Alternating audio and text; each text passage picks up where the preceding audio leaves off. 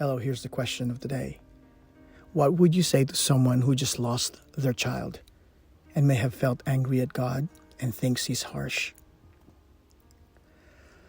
You know, not too long ago, I was watching this Christian TV program, The 700 Club, and this host was interviewing a young woman who had two children between the ages of 1 and 3. Pero in separate incidents, both of her children were tragically killed. So she was weeping, sobbing, iyak siya ng iyak.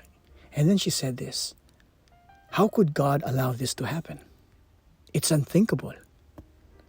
Have you ever felt that way? Now, this Christian host, he was trying his best to comfort her. And then he said this, you can't blame this on God. And God had nothing to do with this. He said, you know, we live in a fallen world. This is the work of the devil. He's trying to explain everything but God.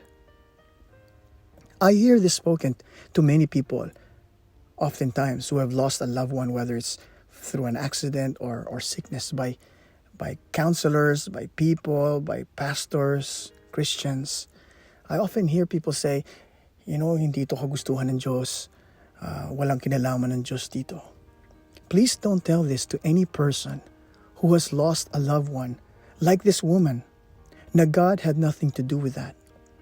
Because what you're doing is you've just taken away from her, from that person, any hope of ever finding the redeeming purpose in this, out of her, out of them. Biblically, it is God who gives. And biblically, it is also God who takes away. God brings prosperity, but God also brings calamity. That's not harsh. What we have to tell people is that your only hope in the midst of your pain, in the midst of your suffering, sa gitna ng iyong pagluluksa, sa gitna ng iyong kalungkutan, is that it is not an accident, but that the supreme wisdom of a loving and transcendently holy God is behind this.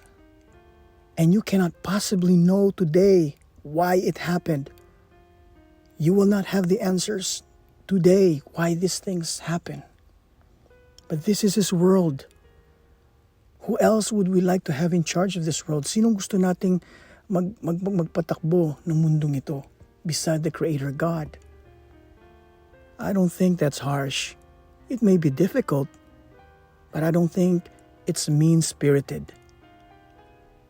I don't think it's harsh. But it is the truth that we have to speak to people to give them any hope at all in the middle of this.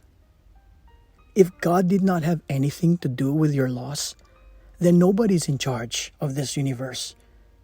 And nothing makes sense. But if God has everything to do with it, if it fit within His plan, then everything is in His control and everything has meaning. And it all points back to Him and to His glory. So, it's better to know that God is in control.